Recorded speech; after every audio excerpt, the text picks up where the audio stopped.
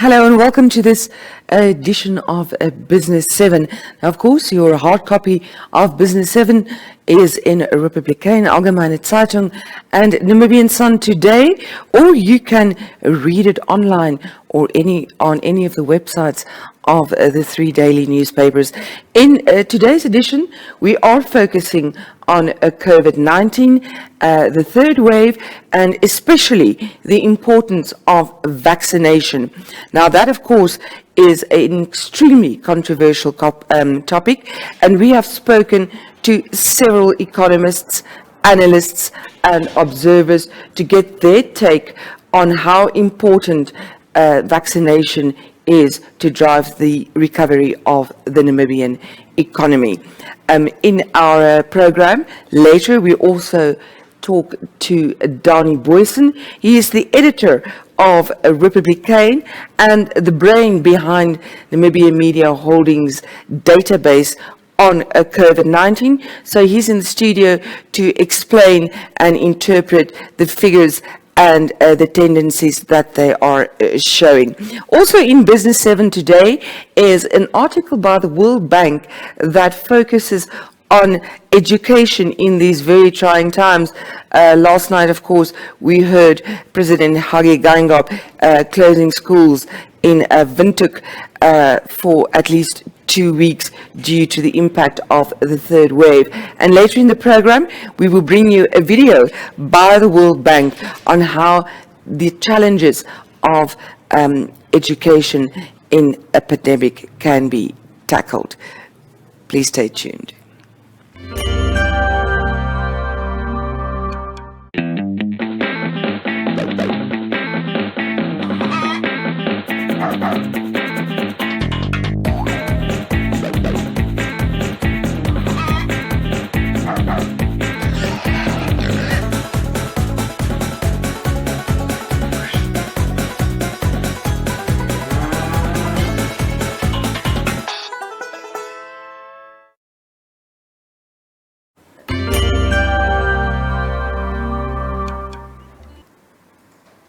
Namibia Media Holdings has been following the unfolding of the COVID-19 pandemic in terms of data since the first day, and probably has one of the biggest databases on the pandemic in Namibia. It is even being used by analysts and some economists. Now, the person behind that database, this is Donnie Boyson. He is the editor of Republikein, and just so that all COVID-19 protocol is observed, we are not carrying or wearing masks. Donnie is also my husband, so we are in a bubble. Donnie, good morning and welcome. Thank you for joining us.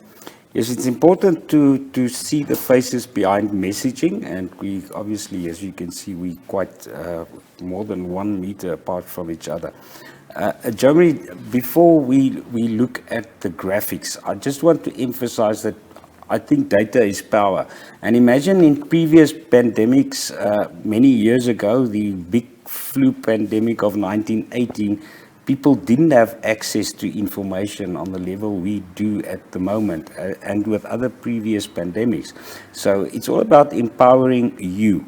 And the race is on for vaccination. I think that's a big talking point. It's your headline as well, economists' view on why it is so important to vaccinate people.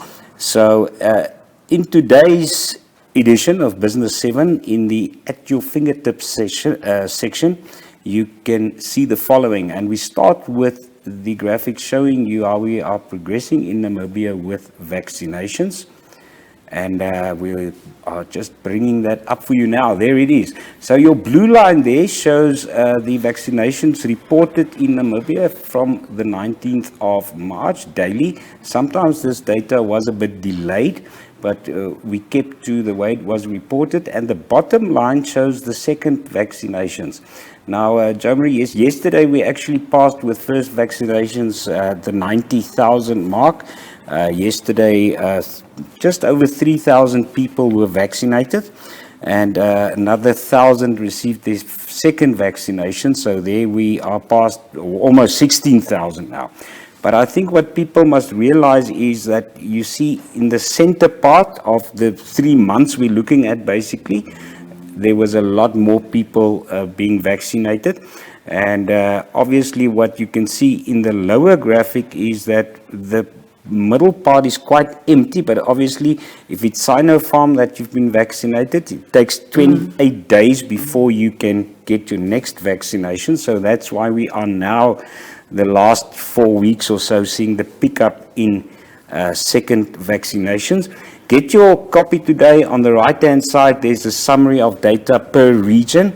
And Commerce is in the lead, obviously, in terms of people being vaccinated. But if you take the whole period, our average is only about 550 people a day. And the highest we've measured is 1,600 in one single day. Yesterday, for example, Germany in Commerce region was about 900 people receiving their first vaccination. So obviously, I think you will agree with me that there's a lot more that must still be done. On that point exactly, Dani, to put this into context, because data and figures, it's overwhelming at the moment. So just put it into context for us, because we are chasing a target here. We want to vaccinate 60% of our population. What does the data say? Now, as the graphic actually also tells you, we're at 3.5% of the total population in Namibia. I can tell you it's about 3 times as good as South Africa at the moment. So we're not doing that badly. Morocco is Tunisia is already at 8% of their total population.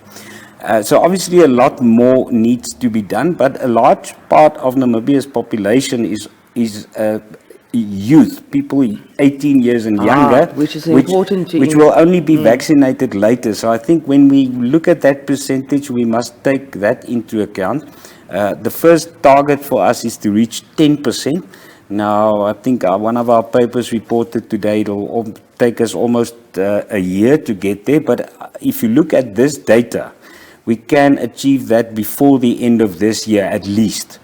Which is not bad, but obviously we want to see a vast improvement in the rate of vaccination. Yes, one of the economists or analysts I spoke to did a very rough calculation and said at the current rate of vaccination, we will only achieve our target, if we are lucky, by about 2023.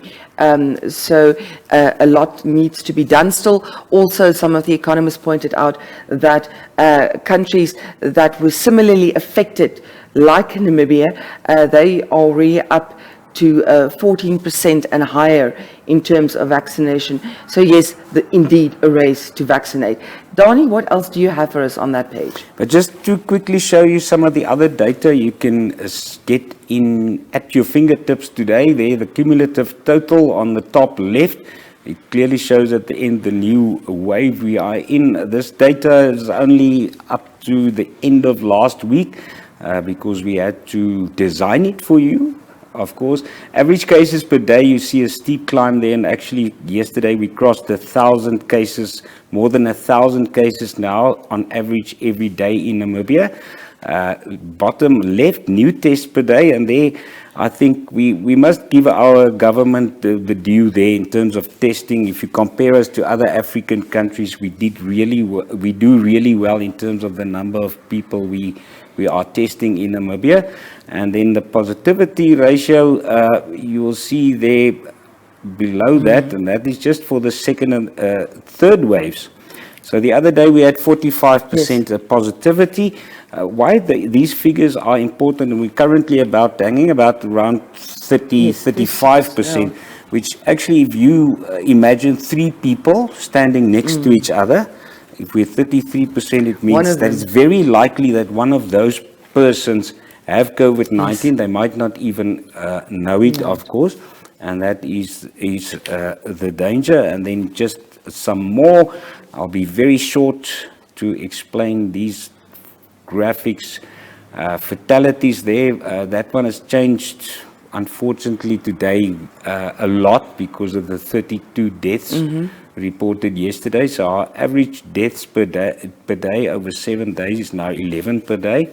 top right, that is people older than 60 that's testing positive. You can really see their spike as Yes. well. It's about 80 persons a day that in that risk group that is testing positive, and about 10% of them carry the risk of passing away. Health workers, we see new spikes, and you can also get in your Business 7 today details on the deaths per month, as well as then the age groups. And what is important there, I think, to point out is that the people between 50 and 59 are very close to the number of fatalities compared to 60 to 69. And a lot of that has to do with comorbidities. And that's an economic issue, I think, in itself, Jeremy. Exactly. Is comorbidities and how that affects an economy, affects the workplace in terms of productivity. Very much so. Dani, it remains a personal choice, of course, as we also point out in Business 7 today, but a big drive towards vaccination, because we cannot get the economy back on track unless we are at that target group. Despite it being a personal choice, I'm going to put you on the spot. Are you vaccinated? Yes, we are vaccinated, and we feel it's the right thing to do. It protects ourselves and our loved ones and our colleagues. And our Of economy. course. Sometimes it's good to make a bit of a joke. It's your secret if you've been waxed, but I'm happy to say I've been vaxxed. Dani, thank you very much for joining us. Get your copy of those graphs in Business 7 today.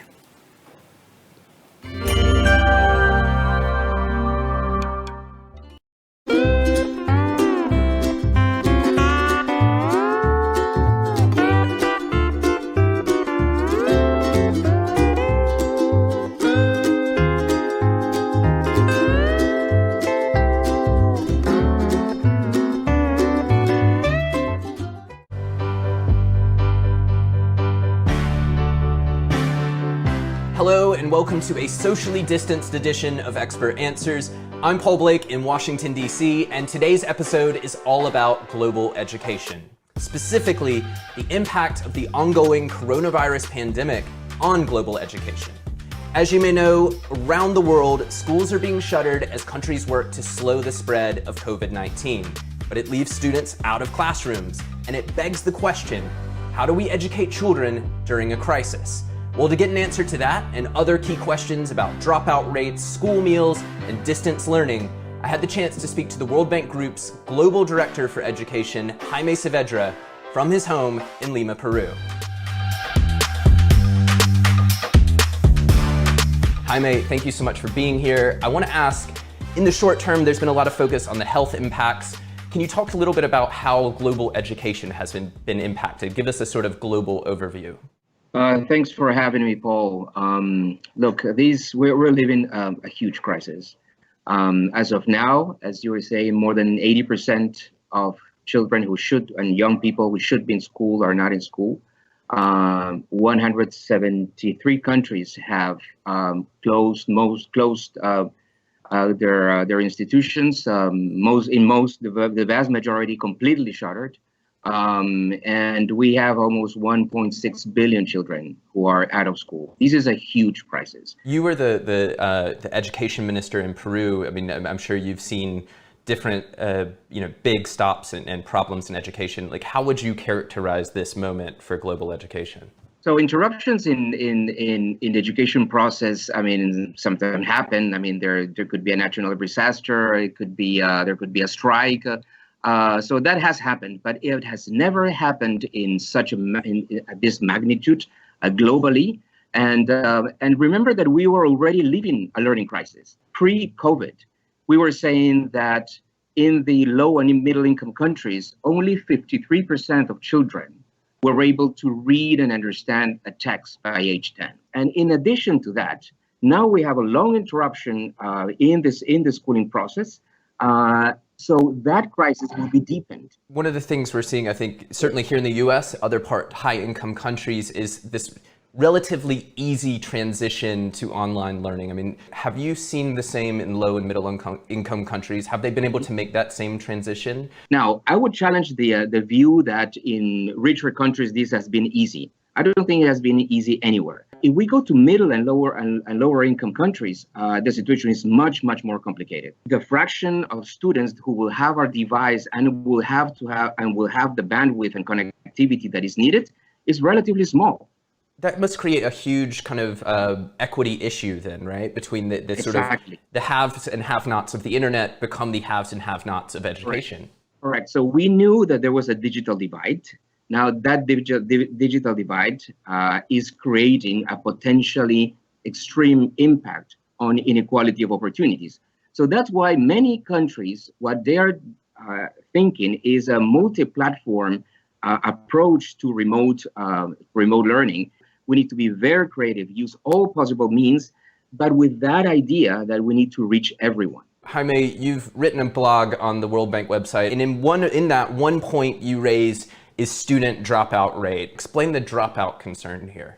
Students, particularly secondary education students or students who are attending now tertiary education, will not come back to the system. Will not come back to the system because, I mean, this is going to be a huge economic shock. So families might not have resources, or some will have to resource to work. Others will just the fact that they are disconnected for such a long time, right? And might have been students who were in the brink of dropping out, then they will. Now, the sudden stop of schools is also having some knock-on effects that we might not immediately think about. What happens to the students who depend on schools for food? Can you talk a little bit about the sort of nutritional impact of the school stoppage and just how big of a concern that is for you? The last numbers that I've seen is about 300 million children who receive their main meal at school, right? And that has been suddenly interrupted. So many countries are trying to find ways of compensating that, either through cash transfer programs or trying to make sure that they can receive those that food through different other mechanisms. It could be even sending it at home. But that is something that countries should emphasize. There's been a lot of concern about recessions and that sort of thing. How quickly do you think global education will recover after the pandemic sort of passes, or the worst of the pandemic globally passes? First of all, there's going to be a squeeze in public budgets in general, right? And we have seen in other crises that might have an impact, right, on social sector expenditures, including education. At the same time, the families will have less resources, right, to invest in education, either in tertiary education or in the cases in which you still have to pay fees. I mean, there will be a lower disposable income, and education might suffer.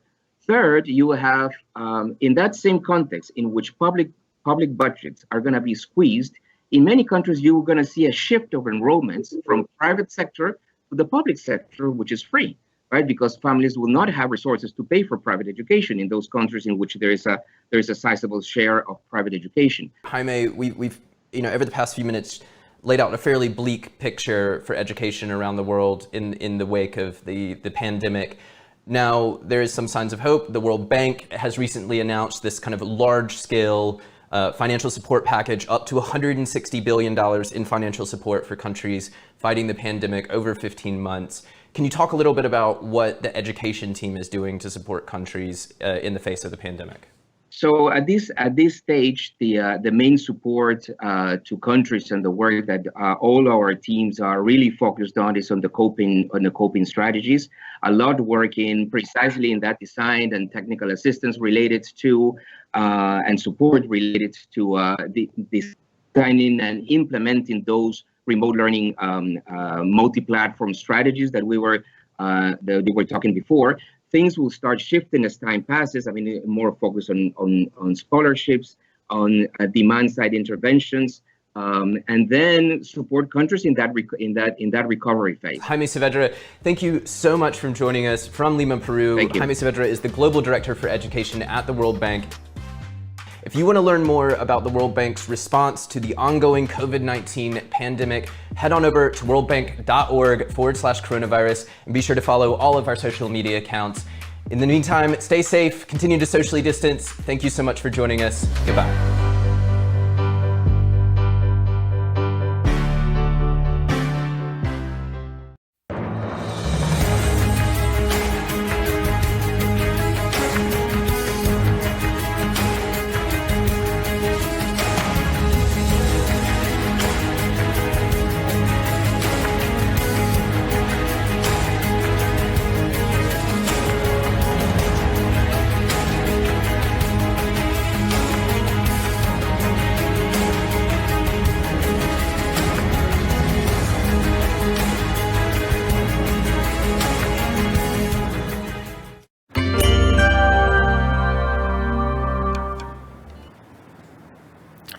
Thank you for joining us tonight in the studio.